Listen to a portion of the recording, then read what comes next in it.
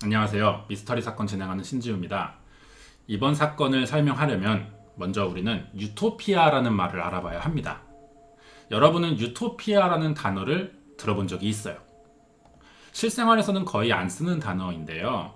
이 단어는 6세기 영국의 정치가이자 법학자인 토마스 모어라는 사람이 쓴 소설에서 처음 등장했습니다. 이 소설에는 가상의 섬나라가 등장하는데 이 이름이 유토피아예요. 토마스 모어는 유토피아를 민주주의와 정치체제, 교육, 종교의 자유가 갖춰진 곳이라고 소개합니다. 이 책이 알려지면서 유토피아는 사전까지 올라간 단어가 됐고요. 이상향이나 낙원이라는 의미로 쓰이고 있죠. 소설에서만 나오는 섬이라 실제로는 존재하지 않습니다. 그러면 토마스 모어는 유토피아라는 가상의 섬나라를 통해 어떤 말을 하고 싶은 걸까요? 아마 현실을 설명하고 있다는 생각이 드는데요. 유토피아는 그리스어로 없는을 뜻하는 우와 장소인 토포스를 결합해 만든 합성어입니다. 소설에만 등장하는 가상의 존재처럼 지구상 어디에도 존재하지 않고 그럴 수도 없는 이상적인 나라라는 뜻이죠. 따라서 사회 구성원인 인간도 완벽할 수는 없는 존재입니다. 신이 아니라 그럴 수가 없죠. 완벽에 가까워지려는 노력만 존재하는 겁니다. 보통의 상식을 가진 사람들이라면 이 정도는 다 알고 있어요. 그렇다고 모든 사람이 평등과 자유가 보장되는 유토피아에서 살고 싶어하는 심리가 잘못된 건 아닙니다. 하지만 그러다 보니 이런 사람들의 심리를 이용해 피해를 주는 사건이 발생하고 있죠. 지난번에 사이비 종교인 신천지에 관련된 사건에서 많은 분들이 관심을 보여주셨습니다. 그래서 비슷한 사건을 하나 더 준비했는데요. 이 자세한 이야기가 궁금하시면 구독과 좋아요 부탁드립니다. 20년 전쯤에 경기도 여주시 대신면 당남리에 에덴원 공동체라는 기독교 재단의 사회봉사단체가 있었습니다. 여기 목회자는 저 빨간 동그라미에 보이는 신옥주라는 사람이었어요. 대학교와 대학원에서 신학 전공을 한 독실한 기독교 신자였습니다. 그리고 에덴원에서 종교활동을 한 지 1년 만에 이곳을 탈퇴하는데요. 이 이유가 정확히 밝혀지진 않았습니다. 하지만 모든 종교는 자유가 보장돼야겠죠. 에덴원도 가입과 탈퇴가 자유로운 곳이라 다들 신옥주에게는 어떤 사정이 있을 거라고만 생각했습니다. 아무도 자세한 이유는 궁금해하지 않았어요. 에덴원을 탈퇴한 신옥주는 2002년에 예장합동연합이라는 교단에서 목사 안수를 받았고 선교사 자격으로 중국을 갑니다. 하지만 중국은 정부의 허가 없이 종교 활동을 할 수 없는 곳이거든요. 아마 여기서 포교 허가를 받지 못했던 것 같아요. 중국인 전도에 실패한 신옥주는 어쩔 수 없이 다시 한국에 돌아옵니다. 이때부터 신옥주의 행동이 어딘가 이상해졌어요. 갑자기 자기가 성경 구절의 비밀을 스스로 깨우쳤다고 말하고 다니는 겁니다. 그러면서 자신과 직접 새 종교를 세울 사람들을 찾기 시작했어요. 2008년부터 경기도 용인에 교회를 세웁니다. 여기 담임 목사로 있었고 1년 뒤엔 학원도 내요. 바울 사관 아카데미라고 하는데 본격적으로 여기서 자신의 세력과 신도들을 기르게 한 겁니다. 이걸 기반으로 이번 사건의 시작이 되는 경기도 과천에 은혜로 교회를 세우게 됐죠. 은혜로 교회가 들어설 당시 기독교 관계자들은 담임 목사가 여성인 게 드물긴 하지만 평범한 교회라고 생각하고 별 의심은 하지 않았습니다. 그런데 이 은혜로 교회엔 특이한 점 하나가 있었어요. 교회가 일반 상가나 복합 주거 공간에 있는 경우가 많죠. 하지만 은혜로 교회는 사람들 눈에 잘 띄지 않는 물류창고가 아니면 평범한 빌라에 있었다는 겁니다. 신도들이 이런 특이한 방식의 교회에 이상함을 느끼기도 했어요. 그래서 빠져나가려고 한 적도 많습니다. 하지만 그때는 이미 사이비 종교의 특성이 다 그렇죠. 대처하기엔 이미 늦은 상황이었다는 겁니다. 굉장히 폐쇄적인 시스템을 가지고 있었기 때문에 교회의 문제점이 겉으로 드러나는 데는 한참 걸렸죠. 밖에서 볼 때는 의심할 만한 거리가 없었기 때문에 근처 주민들도 여기를 요양원이라고 착각할 정도로 알려준 곳이 없는 교회였습니다. 이렇게 은혜로 교회와 신옥주는 계속 신도들을 모아 나갔고 성서 구절을 마음대로 해석하면서 본격적인 사이비 형태를 띠게 되죠.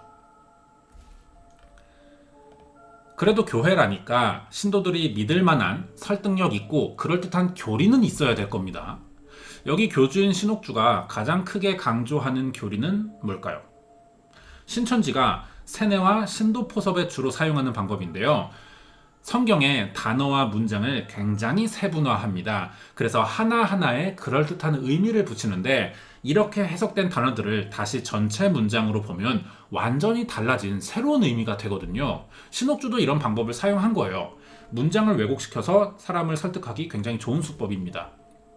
신옥주는 모든 성경이 방언으로 기록되어 있으며 이것을 알기 쉽게 해석해 하나님의 뜻을 밝히는 것이 방언 통역이라고 밝혔습니다. 기존 기독교에서 강조하는 삼위일체를 적극적으로 부정했고요. 예수는 피조물에 불과하며 하나님의 아들도 아니라는 주장을 했어요. 대부분의 사이비 종교 방식들처럼 신옥주도 기존 교회들을 비판하면서 종말론을 주로 내세웁니다. 이 논리에 넘어간 신도들만 수백 명이 넘는다는 거죠. 종말론에도 사실 여러 가지 종류가 있습니다. 그러면 신옥주는 어떤 종말론을 주장했을까요? 우리가 지하철 1호선을 타면 자주 듣는 말입니다. 그 유명한 베리칩 음모론이 여기서 나오는데요. 사람의 몸에 심을 수 있는 베리칩이 곧 전 세계에 배포될 예정인데 이 칩을 유럽연합 브뤼셀 중앙제어센터의 비밀스러운 곳에서 작동되는 슈퍼컴퓨터가 관리할 것이며 가까운 미래에 이것을 받은 사람들만 경제활동을 할 수 있다고 합니다. 문제는 베리칩이 악마의 표식이라고 주장하는 거죠. 이걸 받지 않은 사람들이 살 수 있는 낙원의 땅, 낙토로 가야 한다고 주장하는 겁니다. 그럼 이 낙토라는 곳은 대체 어디일까요? 남태평양의 피지라는 섬이에요. 신옥주의 아들인 김씨가 3년 넘게 전 세계를 돌아다녀 봤는데 자신들이 말하는 낙토로 삼기에 가장 좋은 곳이 피지라고 합니다. 왜 피지가 신옥주의 낙토가 됐을까요? 이유가 있는데요. 나름의 선정 조건이 있었다고 합니다. 자기들끼리. 1년 내내 기후가 따뜻한 곳으로 겨울이 없어야 한다는 거예요. 피지라는 섬이 여기에 가장 적합했고 이곳에 사는 원주민들의 피부가 대체로 검은 편인데 이 피부색은 노아의 둘째 아들인 함의 후예이기 때문이라고 말했습니다. 당연히 이 말을 증명할 자료나 근거는 없죠. 그리고 자신이 성서인 요한 묵시록에 등장하는 12관의 여인의 환생이며 메시아라고 자청했습니다. 여기에 넘어간 신도는 400명 정도 됐던 걸로 추산되고 있어요. 신옥주는 이 사람들을 데리고 결국 피지까지 건너갑니다. 여기서 본격적인 집단 생활이 시작됐어요. 그럼 피지로 간 신도들은 신옥주의 교리대로 행복하게 잘 살았냐는 거죠. 그랬으면 이 사건 안 했을 겁니다. 피지에 도착하자 신옥주가 제일 먼저 한 일은요. 신도들이 섬을 탈출하지 못하게 여권을 빼앗았고 전 재산을 모두 교회에 넘긴다는 각서를 쓰게 했습니다. 사실상 감금이나 마찬가지의 생활을 하면서 신도들은 하루 14시간이 넘는 강제 노역에 시달렸고요. 임금도 당연히 전혀 받지 못합니다. 누군가 탈출해 자신과 교회를 고발할 수 있다는 생각에 신도들끼리 서로 감시하게도 만들었어요. 신옥주는 신도들의 재산을 빼앗을 때도 개인 명의로만 거래했습니다. 내역이 남지 않아야 최대한 법에 걸리지 않을 테니까요. 여기서 이해 안 되는 부분이 하나가 생기죠. 신도들은 그럼 왜 자신의 전 재산을 바치라고 강요하는 이 교주에게 아무런 의심 없이 돈을 다 줘버려나는 겁니다. 이게 기존 교회에서 사용하는 11조의 개념과 비슷한데요. 성서에는 헌금을 바친다고 하면서 몰래 이익을 챙긴 사람들이 결국 목숨을 잃는다는 구절이 등장합니다. 이 부분을 인용해서 신도들을 세뇌시켰던 거예요.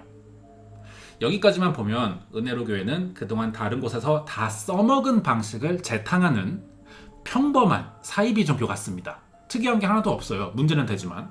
그런데 은혜로 교회는 굉장히 유명하단 말이죠. 왜냐하면 여기서만 볼 수 있는 특별한 의식 하나가 있기 때문이었습니다. 좀 충격적이에요. 이 사람이 신옥주입니다. 은혜로 교회 교주죠. 은혜로 교회에서만 볼 수 있는 특이한 의식은요.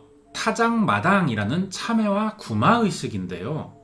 타작마당은 자신이 지은 죄를 고백하도록 신도들 간에 서로 때리도록 하는 방식입니다. 이런 의식을 하는 이유는 주로 강제 노역과 집단 감금 생활을 견디지 못하고 탈출하는 사람을 처벌하기 위해서인 경우가 많아요. 그런데 상식적으로 납득되지 않는 이유로 신도들 간에 타작을 하는 경우도 많았다는 겁니다.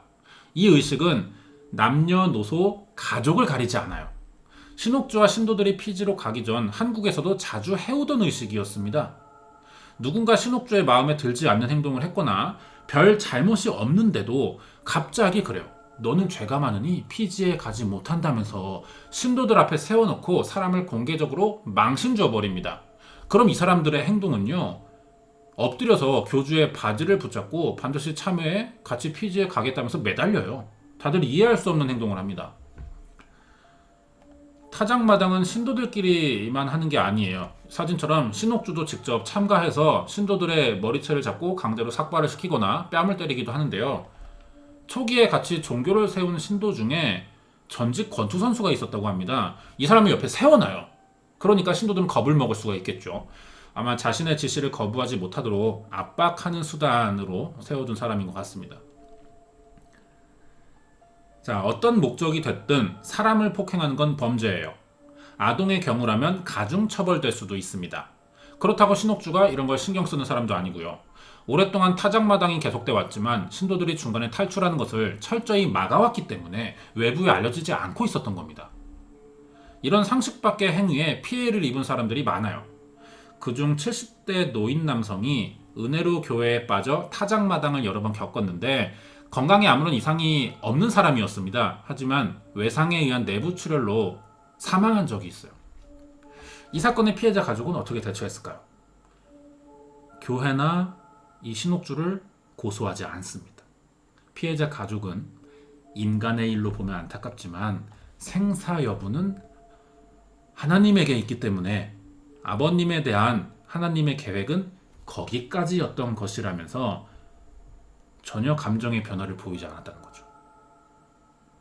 이 가족도 은혜로 교회에 선회된 것으로 보이죠.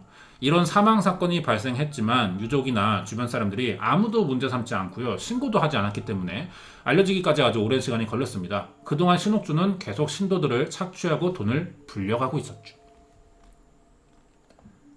이렇게 신도들에게서 갈취한 노동력과 재산을 모아온 신옥주는 세력을 확장합니다.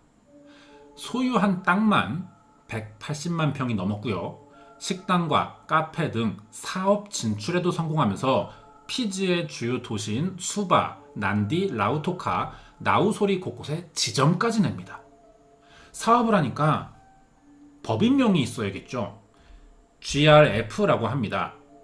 그레이스 로드팜이라고 하는데요. 교회 이름인 은혜로를 영어로 바꾼 거예요. 이 GRF의 대표는 신옥주의 아들인 김씨가 맡았습니다. 심지어 피지의 현지 정부가 이 기업의 성장세를 보고 국영기업에 맞는 대우까지 해준 거예요. 공기업이 돼버린 거죠. 나라가 관리하는 기업이라는 겁니다. 그럼 여기 임원들은요, 피지에서 나름의 권력도 가질 수가 있는 거예요. 이렇게 GRF의 상가들이 점점 피지를 장악하게 됩니다. 그러면 피지 정부는 왜 GRF를 국영기업급의 대우를 해준 걸까요? 신옥주의 교회는요, 2016년에 피지로 갔습니다. 이때 이곳에 태풍 윈스턴이 있었어요. 피지가 굉장히 큰 피해를 입게 됐는데 이 복구 작업에 은혜로 교회 사람들이 투입했던 거죠. 피지 입장에선 이렇습니다. 외국인으로만 구성된 기업이 서류상으로는 그렇게 보였겠죠. 이 사람들이 자신의 일처럼 피지에 와서 복구 작업에 지원을 하니까 신뢰를 줄 수밖에 없는 겁니다. 이런 이유로 GRF는 피지에서 아무 문제 없이 사업을 벌일 수 있게 됐던 거예요. 신도들이 하루 14시간 이상 노동을 했고 개인 시간은 전혀 주지 않았기 때문에 교민이나 현지인들과 만날 기회 자체도 없었습니다. 그래서 현지에서도 이 교회의 수상함을 느끼지 못했어요. 신옥주의 간부들이 항상 신도들을 감시했고 신도들도 불이익을 받지 않기 위해 서로를 감시합니다. 다른 신도가 도망치거나 수상한 행동을 한다. 그래서 교주나 간부들에게 이르면은 나름의 포상도 받아요. 그러다 보니까 감시할 수밖에 없죠. 실제로 감금을 하진 않아요. 어디 가두거나. 하지만 신옥주가 만든 시스템 자체가 스스로를 감금된 환경에 놓이도록 설계해둔 겁니다. 자, 여기도 끝이 아니죠. 신옥주는 남성 신도들을 모아요. 불러 모아서 아무 여성 신도나 지목하게 했어요. 결혼식 올리라고 시킨 겁니다. 그리고 속이 까만 여성은, 이건 신옥주의 표현인데요, 믿음이 부족한 사람을 좀 속이 까맣다라고 표현한 것 같습니다. 마음이 깨끗하지 못한 사람을 이제 말하는 것 같은데, 웨딩드레스를 그래서 입을 자격이 없다면서 GRF에서 자체 생산한 단체 티셔츠를 입고 교주의 설교를 들으면서 결혼식을 올립니다. 이렇게 부부가 돼요. 그럼 부부가 된 사람들은 어떻게 지낼까요? 신옥주의 설교 시간 외에는 전혀 볼 수가 없습니다. 한 방을 쓰지 못하게 했어요. 이유는 두 가지인데, 임신하지 못하게 막는 겁니다. 그럼 일을 못 시키니까. 이주하는 섬을 피지로 선택한 이유도 따뜻한 나라, 겨울이 없는 곳을 고른 거거든요. 왜냐하면은 24시간, 1년 내내 일을 시켜야 자신들이 최대한 많은 돈을 벌 수 있기 때문에 효율을 생각하는 거죠. 그리고 집단 생활을 통한 돌발 상황도 막기 위해서 반항이나 탈출 같은 경우일 거예요. 신도들을 쉽게 통제하려고 전부 다 떨어뜨려 놓는 겁니다. 아무리 교주에게 속아서 피지까지 왔지만 같은 공간에서 오랫동안 지내다 보면 서로 사람 마음이 좋아하는 감정이 누군가에게 들 수밖에 없습니다. 어느 날 신도 한 명이 현지에서 일하다 마음에 드는 남성이 생겼나 봐요. 신옥주에게 이 고백을 한 적이 있습니다. 그러자 신옥주는 화를 크게 내면서 이 신도를 인적이 드문 곳으로 끌고 가 강제로 삭발을 시키기도 했습니다. 은혜로교회에서 일어나고 있는 사건들이 그러면 밖으로 알려지게 된 결정적인 계기는 뭘까요? 본격적으로 신옥주가 세력을 확장시키던 2012년에 미국 뉴욕시 퀸스 한인타운에 가정집 지하실을 임대한 적이 있습니다. 여기서 미국의 현지 교민들을 신도로 만들려고 했었습니다. 여기서 피해자가 생겼죠. 미국에서 이민 생활을 하던 정인길 씨의 가족이라고 합니다. 이 집의 아들이 조현병을 앓고 있었는데 신옥주를 만나 약을 먹지 않고도 병을 낫게 해주겠다는 말을 듣게 된 거예요. 이 집이 만약 한국에서 지냈다면은 신옥주의 치료를 받지 않았을 것 같아요. 그런데 이 말을 믿어본 이유는 아무래도 미국의 의료비 때문이죠. 미국은 치료비 굉장히 비쌉니다. 큰 병이라도 걸리면 가정이 파탄날 정도의 많은 돈이 들거든요. 그러다 보니까 특히 미국의 사이비 종교가 많습니다. 환자들을 노리는 거예요. 신옥주가 처음부터 가족의 이 상황을 노리고 접근했던 것 같기도 합니다. 정작 아들은 꾸준히 약물 치료를 받으면서 큰 증상 없이 학교를 잘 다니고 있는 사람이었어요. 하지만 신옥주의 말에 아내인 박 씨와 딸이 넘어간 거죠. 이렇게 결국 아들을 은혜로 교회로 보냅니다. 아빠인 정인길 씨도 수상한 느낌은 받았어요. 하지만 아들이 완치되기를 바라는 마음에 보낼 수밖에 없는 거죠. 하지만 얼마 후에 응급실에서 아들을 만났습니다. 의사가 수술 동의서를 내미는 거예요. 아들 상태가 너무 심각하다는 겁니다. 이유는 은혜로 교회의 가장 큰 문제 중 하나였던 타작마당 때문이었어요. 신옥주는 정 씨의 아들이 약을 먹지 못하도록 지시했습니다. 당연히 조현병 증세가 나타나겠죠. 그러자 믿음이 부족해 병이 생겼으니 속죄해야 된다면서 누나와 남자친구, 다른 신도들에게 결박당해서 집단 폭행을 하게 만든 거예요. 이때 오랜 시간 묶여서 맞다 보니 다리가 괴사했습니다. 다리를 절단해야 된다는 거예요. 정 씨의 아들은 후유증과 정신질환으로 피해 사실을 증언하지 못할 지경이었지만 다행히 이 은혜로 교회의 수상함을 눈치채고 있던 미국 수사기관이 정 씨의 누나를 폭행 혐의로 구속하게 됐습니다. 누나가 재판을 치르는 동안 정 씨는 교회에서 구출됐고요. 요양병원으로 옮겨졌어요. 치료를 받을 수 있었죠. 하지만 엄마인 박 씨가 몰래 아들을 한국에 보낸 뒤에 다시 은혜로 교회에 맡깁니다. 이렇게 사건이 수사 도중에 숨겨져 버렸어요. 다시 아들은 치료를 받지 못하고 폭행을 당합니다. 이 사건이 어느 정도 알려질 수는 있었지만 신옥주가 지금 유튜브에서 찾아볼 수도 있거든요. 정신은 멀쩡한 상태고 정신질환은 마약 복용을 했기 때문이라고 해명 영상을 올립니다. 하지만 이미 병원 진찰 기록이 남겨져 있기 때문에 신옥주의 말은 거짓인 게 증명되죠. 그것이 알고 싶다가 은혜로 교회 사건도 공개하면서 수사기관까지 관심을 보이게 됐어요. 이렇게 은혜로 교회에서 벌어진 모든 사건들이 알려지게 됐죠. 조현병이 있기는 했지만 치료를 통해 별 문제 없이 잘 지내던 정 씨가 은혜로 교회에 다니면서 다리를 절단하게 된 사건으로 2018년 8월 26일 경기 남부경찰청 국제범죄수사대는 신옥주와 교회 간부 3명을 특수상해 등의 혐의를 적용해 구속했습니다. 경찰은 구속 이틀 전 인천국제공항으로 입국한 신옥주 일당을 현장에서 검거하는데요. 자신은 성경의 가르침대로 신도들을 가르쳤을 뿐이라 하나님 앞에서 당당하다며 범행을 부인했습니다. 1심 공판이 열렸어요. 신옥주는 변호사를 6명이나 선임했죠. 다 피해자들에게 노동을 시켜서 뺏은 돈인 겁니다. 2019년 7월 29일 수원지방법원에서 1심 판결이 열렸어요.